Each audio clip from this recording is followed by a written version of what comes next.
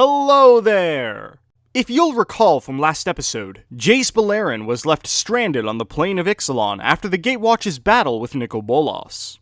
After waking with no memories and finding himself unable to planeswalk, Jace was discovered by fellow planeswalker Vraska. She had been sailing the seas of Ixalan on behalf of Nikobolas, searching for the golden city of Orazca and the ultimate treasure contained within, an all-powerful artifact called the Immortal Sun. Despite being enemies in the past, Vraska and Jace ended up working together, as Jace began to form a new identity for himself. When we left off last time, Vraska, Jace, and their merry band of pirates had just discovered Orazca, but alas, someone else had made it to the city first. Orazca awoke and rose from the depths of the earth, tearing the ground asunder, and the two planeswalkers found themselves washed over a cliff by a raging flood. Though they both survived, Jace hit his head pretty hard, and the shock caused his memories to start flooding back. And that is where we'll pick things up. So, after they fell into the river, Vraska managed to pull Jace onto the nearby bank, but she found herself powerless to stop the onslaught of emotional and physical trauma that plagued Jace as a result of all his memories returning at once. Like a cork popping off a champagne bottle after you shake it real hard, Jace's memories flooded forth, and he tried desperately, but futilely, to regain control and wedge that cork back in. Vraska was terrified that Jace would remember their history as enemies and hate her once again. But she had no time to focus on that, as Jace began to involuntarily broadcast his memories in short bursts, and Vraska could do nothing but watch. First, she saw Ravnica, a flashback to the competition that had made Jace the Living Guild Pact, the faces of the other competitors surrounding her. Then, the wreckage of Seagate on Zendikar, after it had been destroyed by the Eldrazi. The scene shifted, and Vraska witnessed Jace, several years younger, being tortured by the planeswalker Tezzeret, who used some sort of mana blade to carve lines into Jace's arm and back. Vraska was in agonizing pain from this magic being forced into her mind. Jace was clearly in even more pain than she was, and her attempts to reach him were to no avail. Then they were back on Ravnica, and Vraska watched as a teenage Jace received his signature tattoos from a Gruul shaman. A memory of Innistrad coalesced, and Vraska watched Jace play chess with Liliana after their battle with Emrakul. Vraska was infuriated watching the way that Liliana treated Jace. Jace was clearly desperate for her approval, but Liliana treated him less like a person and more like a pet or a plaything, keeping his emotions on a leash. And despite this blatant emotional manipulation, Jace and Liliana toasted to the good old days. Reality flickered back as Vraska heard a dinosaur's deafening roar. They needed to move, and fast. But before she could do anything, Jace let out a startled gasp and muttered a single word: Vryn, the name of his home plane. A name which, to Jace, had been long forgotten. Vraska watched as Jace's childhood on Vryn played out before her. Vryn is a plane covered by a system of ring-like structures that were used to harvest magical energy, and the core of said system was the central point of conflict in a civil war that raged across the plane. Jace was born on Vryn to a relatively normal family, but discovered his telepathic talents at a very young age. When Jace was only 13, a group of bullies tried to literally kill him by pushing him off a tall building. To save himself, Jace took control of one of their minds, leaving the bully in a vegetative state in the process. Fun stuff. To learn to control his powers, Jace became an apprentice to a powerful telepath, a sphinx named Alhammaret, who was an arbiter between Vryn's two warring factions. Jace studied under Alhammaret for a couple of years, learning to harness and control his telepathy, and also becoming a talented illusionist. Eventually, Jace felt like he was powerful enough to peek inside Alhammaret's mind, which until then he had avoided doing. What he saw was that Alhammaret apparently believed that Jace was a planeswalker. Jace had blacked out during training some time ago, apparently becoming overwhelmed by his own illusions.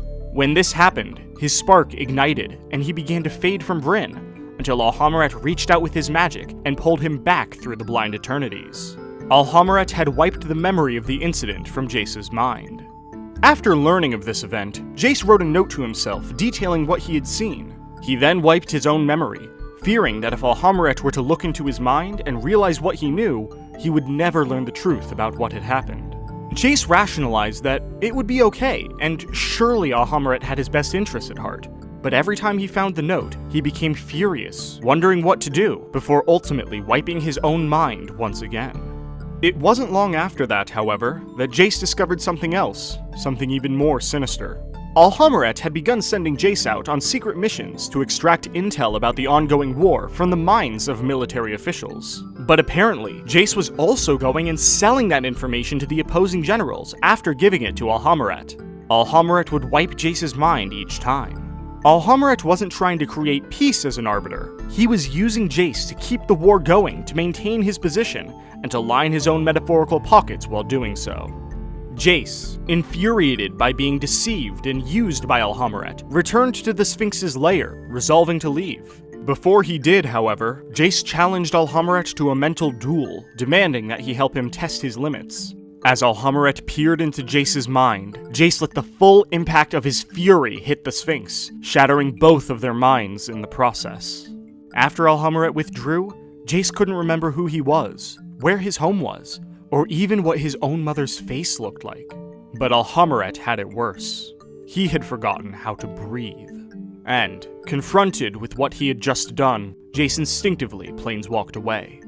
He awoke on Ravnica with no memories except for his name and a particular symbol, the shape of his former master's collar, a symbol that would one day adorn Jace's cloak and become the base design for his tattoos.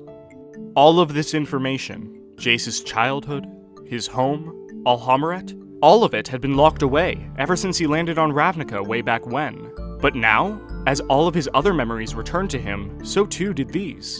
Jace had been used by so many people, and he had broken so many minds. And Vraska had now seen it all. Finally, these illusory memories dissipated, and Jace was left on the riverbank, lost in grief, weeping a lifetime of tears. Vraska took Jace and held him close to her, comforting him. Jace still couldn't remember how he got to Ixalan, or how he had lost his memory, but he still remembered the last few months with Vraska. He told her that he was glad he did, and that those were the best months of his life. It was now up to Jace to decide who he was going to be, the old Jace, or the new Jace. And he resolved that the new Jace was who he would rather be. Vraska told him that Jace was one of the best people she had ever met. Despite everything each of them had endured, both individually and as a team, they were still alive, and they would keep moving forward. Together, they started making their way up a staircase in the nearby cliff, up to the city of Orazca. Speaking of Orazca, someone did in fact awaken the city before Jace and Vraska could. It was the River-Herald Shaper, Kumena, the merfolk I mentioned last episode, whom Tishana had been trying to stop. As Kumena climbed the steps into the Golden City, a voice called out to him, beckoning him to the tall central tower. He made his way up to the temple that lay at its peak, and discovered the Immortal Sun embedded in the floor. Kumena stepped onto the sun, and felt immense power flood his very being. He had won the race to the city, and the city awoke at his call.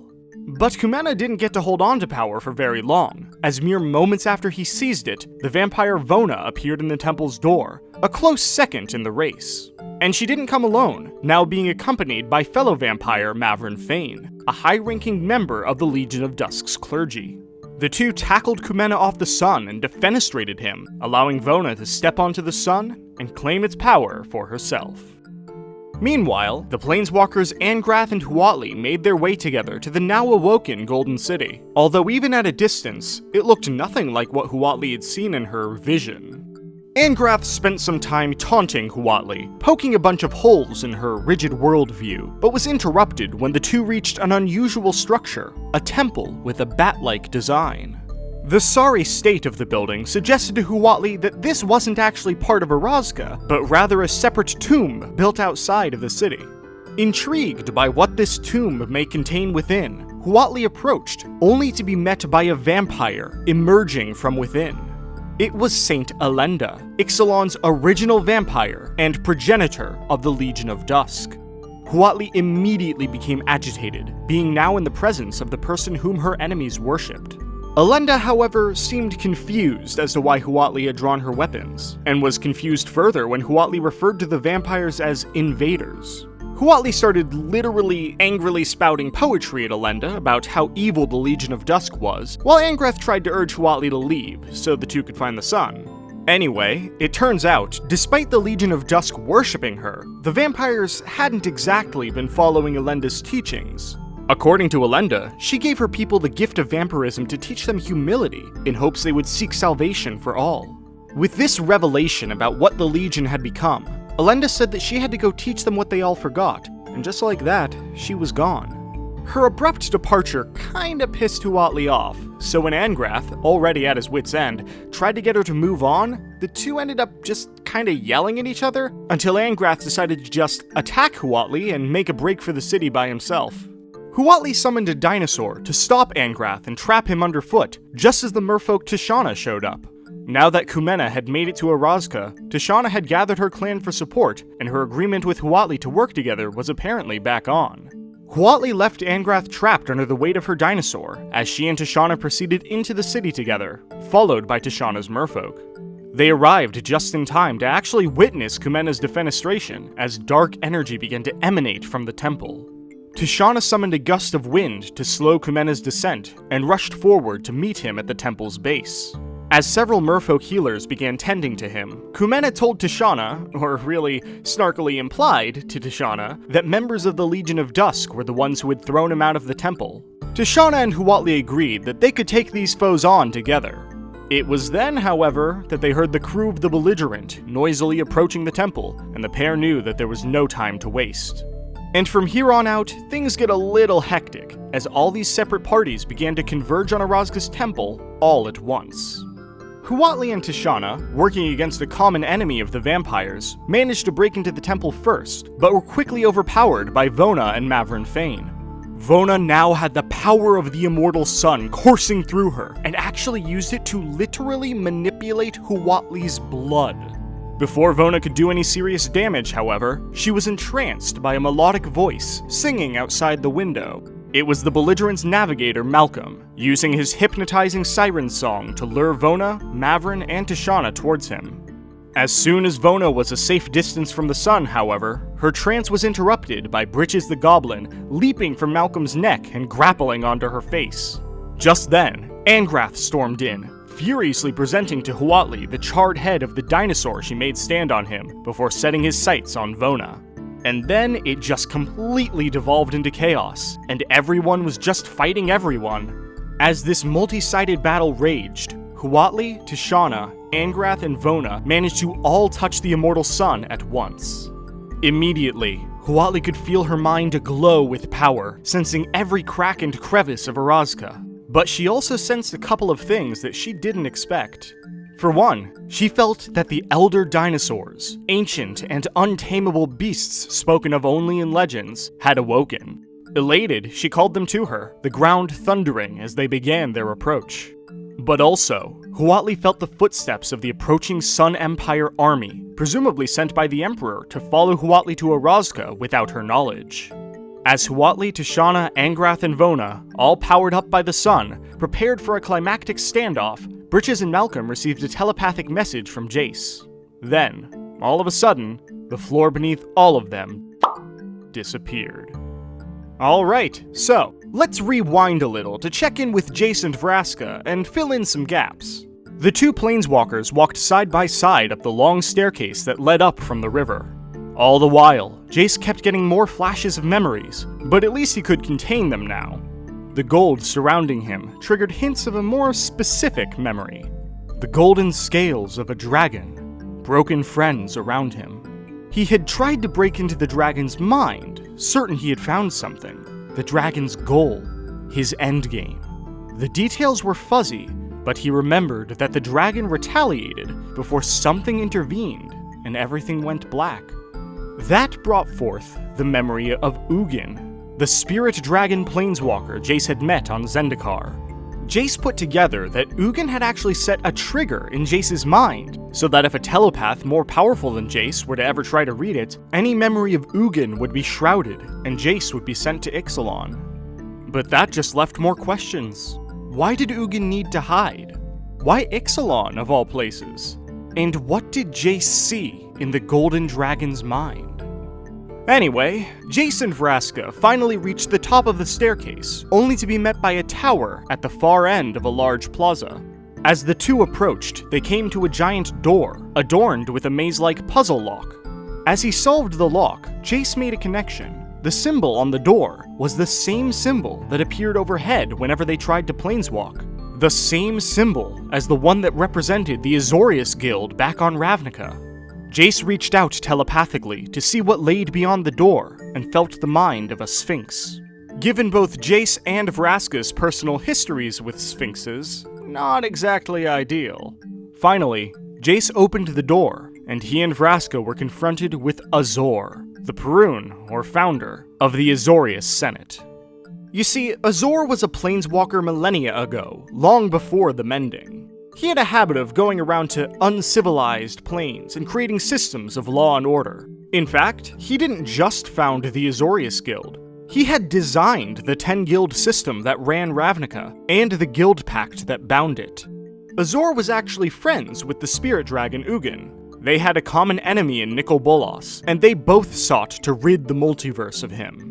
However, killing a planeswalker before the Mending, not to mention an Elder Dragon planeswalker, was nigh impossible. Instead, they hatched a plan to trap Bolas so that he would no longer be free to terrorize the multiverse. Azor would go to a relatively isolated plane, Ixalan in this case, and create a powerful enchanted artifact that he called the Immortal Sun. This object amplified the powers of any who touched it, but more importantly, it prevented planeswalkers from planeswalking. Creating this artifact was no small task, however, and Azor actually had to sacrifice his planeswalker spark to power the enchantment. No longer able to planeswalk, Azor would serve for eternity as Nicol Bolas' personal prison warden. While Azor set this up, all just according to plan, there was an issue. Ugin was supposed to lure Bolas to the plane of Tarkir, then subdue Bolas and signal to Azor to pull him through the Blind Eternities onto Ixalan. But alas, on Tarkir, Ugin was struck down by Bolas. I actually talked about this a long time ago in the Zendikar videos, but originally Ugin was killed in that battle. But then, the planeswalker Sarkhan Vol went back in time and saved Ugin by encasing his dying body in a sort of hedron cocoon. But dead or cocoonified, Ugin was out of commission either way. Azor never got the message he was waiting for. He waited vigilantly for a year, but the message just never came. Azor was left on Ixalan without a spark, and his prison without a prisoner. In the years that followed, Azor had given the Immortal Sun to the Legion of Dusk to safekeep, then had taken it back and given it to the Sun Empire, then had taken it back and given it to the River Heralds.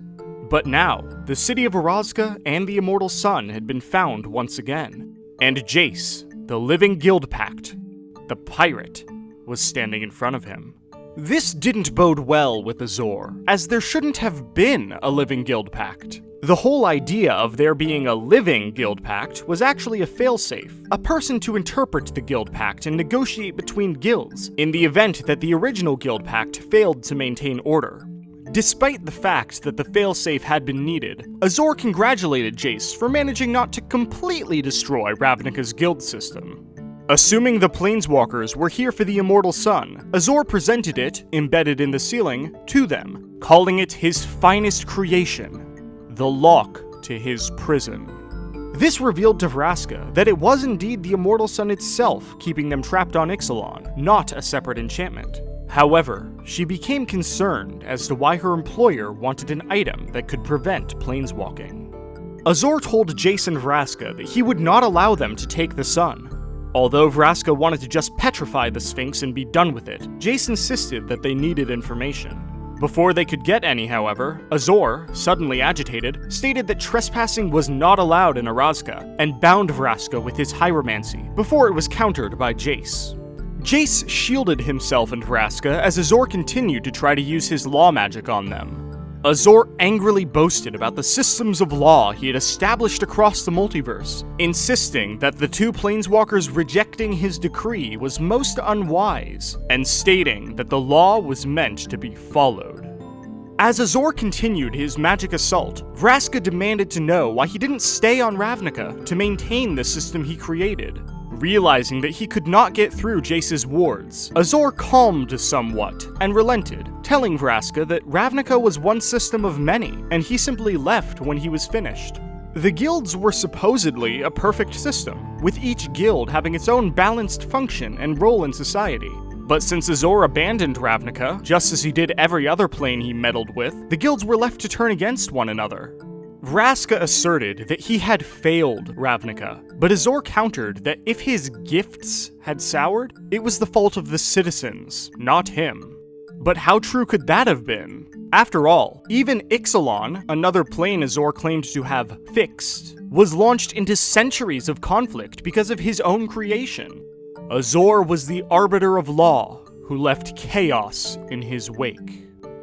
At Vraska's prodding, Azor began to rant about the purpose of the Immortal Sun, and expressed anger at his friend for not fulfilling his duty. He conveniently played the pronoun game, never actually stating Ugin or Bolas's names. It was pretty clear now that Azor had been cooped up on this plane for thousands of years, and may not have been completely in his right mind at this point. As Vraska continued to verbally prod at Azor, he finally snapped and physically launched himself at her. Jace turned Vraska invisible, and she managed to dodge and swipe at the Sphinx's leg with her sword. This disruption allowed Jace to send a psychic blast at Azor, sending him reeling. Finally having the upper hand, Jace and Vraska agreed that Azor needed to be punished for all he had subjected the planes of the multiverse to. So, Jace summoned his powers as the Living Guild Pact. As per Rune of the Azorius, Azor was inherently tied to Ravnica. The law magic he had worked into the guild system gave the Living Guild Pact final say over all guild conflicts, so Jace had power over Azor by Azor's own magical laws. Azor had decided that it was his place to govern what was not his. He had left Ravnica unstable, Ixalan in peril, and countless other planes likely suffered similar fates at his hands. Pause. Azor tried to defend himself by telling Jace that his intentions on Ixalan were to trap Nicol Bolas, which shocked Vraska, and finally filled in the last gaps of Jace's memory. But ultimately, while Azor's intentions were noble, his actions and their consequences were not. As punishment, Jace remanded Azor to be master and caretaker of Useless Island, the island that Jace had been stranded on when he first planeswalked to Ixalan. He commanded Azor to never meddle in the lives of other sentient beings again. With the power of Ravnica's laws behind him, Azor was left helpless, and forced to follow Jace's order as the Guild Pact's decree. With the Sphinx gone and Jace fully in the know, he talked to Vraska and informed her who she was working for really was. Vraska, in turn, told Jace about her experience with Bolas, about how she was supposed to summon someone to take the Immortal Sun away. Jace realized that that someone had to be Tezzeret, who would use the planar bridge to take the sun. But they were left wondering how all of this fit together. And that's when Jace realized. The Eternals, the undead army Bolas had created on Amonkhet, were coated in Lazotep, a nigh indestructible material able to withstand interplanar travel. With the Eternals and the bridge, Bolas had an army that he could transport anywhere in the multiverse. With the Immortal Sun, he could trap planeswalkers there as well. But still, what was his endgame? Jace thought hard, and managed to remember the one snippet of information he had gleaned from Bolas on Amonkhet. An ambition written across his mind. Ravnica. It still wasn't clear exactly how or why, but Bolas's endgame would result in the destruction of Ravnica. Vraska was stuck. If she didn't deliver the sun, she would be trapped on Ixalan. But if she did, Bolas would use it to destroy her home. And even then, he would likely kill her anyway, as he would look into her mind and see her interactions with Jace, and the fact that she wanted to work against him. But Vraska had an idea. She asked Jace to take her memories of him temporarily. That way, Bolas would think that his plan went off without a hitch, and Jace could give Vraska her memories back when the time was right. They would figure out a way to sabotage Bolas's plans, somehow. It was the only way to protect their home and each other. Jace swore to Vraska as the Living Guild Pact that he would safeguard her memories. Vraska swore to Jace as captain of the belligerent that she would help sabotage Bolas upon the return of said memories. Jace sent a message to the belligerent's crew in the room above them, telling them that he and Vraska were safe, but would be gone. Jace and Vraska also promised to go on a nice coffee and book date after all of this was over. Aww, Jace and Vraska OTP. Anyway, it was time. With surgical precision, Jace removed all of Vraska's memories involving him, and created some fake ones so Bolas wouldn't get suspicious of the memory gap. Fun fact, several cards in the Rivals of Ixalan set depict events from these what-if memories that Jace gave Vraska. Anyway, Jace cloaked himself in invisibility, and Vraska was left to summon Tezzeret. Once she had done so, the planar bridge opened up around the Immortal Sun, and moments later closed again, taking the sun with it. And with her mission complete, Vraska planeswalked away. So, let's tie up loose ends, shall we? With the Immortal Sun gone, Angrath immediately planeswalked away, with a pleasant, "I hate this plane, I hate this city, and I wish you all a viscerally painful death. See you never, pathetic fools!" After 14 years, he was finally able to planeswalk home and see his daughters again. Following this, the crew of the belligerent fled the temple, now that both the sun and their captain were gone. Their subsequent pillage of the rest of the Golden City proved tremendously profitable, however, and Malcolm and Britches both ended up becoming big players in the Brazen Coalition as a whole. Vona, meanwhile, was devastated by the sun's disappearance, when suddenly Elenda showed up. Elenda expressed relief at the Immortal Sun's vanishing, leaving Vona shell-shocked when she said that they should not try to retrieve it. Vona was further shocked when Elenda revealed that she had found Orazca centuries ago, and had chosen not to bring the sun back to the Legion. They were meant to guard it, after all, not use it. All these years later, the Legion truly had lost their way. Huatli urged Elenda to return to Torazon and set straight her mutilated teachings, which had been Elenda's plan anyway. She requested to be brought to Meralda, the Queen of Torazon, so that she could make things right again.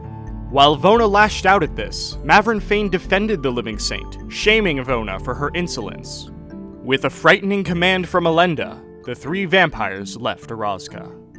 So too did Huatli, having completed her mission. She promised Tishana that she would advise her emperor to negotiate with the River Heralds, so that perhaps they could finally make peace. She rode home to Pachatupa on the back of the most powerful elder dinosaur, Zakama, the Primal Calamity. Once there, however, Huatli's attempts to convince her emperor to make peace were in vain. After all, peace would not lead to empire expansion. Although Huatli wanted to tell the citizens of Pachatupa her story of cooperation when she accepted the title of warrior poet, the emperor also forbade this, as it would dampen support for his military campaign. Huatli decided that she could not abide by this, so the emperor told her that she wasn't to speak at all, and he would tell her story instead. After this meeting, Huatli told her family about her newfound planeswalking, and they encouraged her to go out and explore, not remain confined as the emperor's lapdog. Huatli should use her newfound freedom to explore and gather stories to tell outside of the plane of Ixalan. For the time being, Huatli came to the conclusion that this was the best course of action, but promised that she would be right back. It'll be time to prevent a merfolk genocide another day, I suppose. Huatli planeswalked first to Kaladesh, the plane she had seen when she first sparked. Sticking out like a sore thumb in Agirapur, she was quickly found by fellow planeswalker Saheeli Rai, and the two became fast friends. So when I first wrote this script, I had a joke here about how we were promised robo-dinosaurs, but we hadn't seen them yet. But who cares about that? A little while ago, we got probably the gayest magic story ever, which confirms Huatli and Saheeli as a canon couple. Heck yeah! Finally, Jace. Jace decided to planeswalk to Dominaria, where the Gatewatch had agreed to convene with Ajani after they went to Amonkhet. He focused on Gideon's bright essence through the blind eternities, and found that he was moving through the air alarmingly fast. Jace calculated the trajectory that he would need to land at, and planeswalked to Dominaria, only to find himself aboard an airship soaring through the sky. But there was Gideon. Jace had made it off of Ixalan. He had survived. Thank you so much for watching this video. If you enjoyed it, I'd really appreciate it if you would leave a like, subscribe, share, and leave a comment down below letting me know what you thought. Well, here we are again. Another video and another instance of me saying, whoops, like 9 months have passed since the last video, that wasn't supposed to happen. So sorry this took so long. I struggled a lot with editing and cutting down the script, and life just got in the way, as it has a pesky tendency to do. Thanks though to my friend Garrett for helping out with some script editing, and thanks to everyone who sticks around despite the lengthy time periods between episodes. Next couple of videos leading into Dominaria should come out much more quickly. Anyway, thanks again, and I hope to see you then.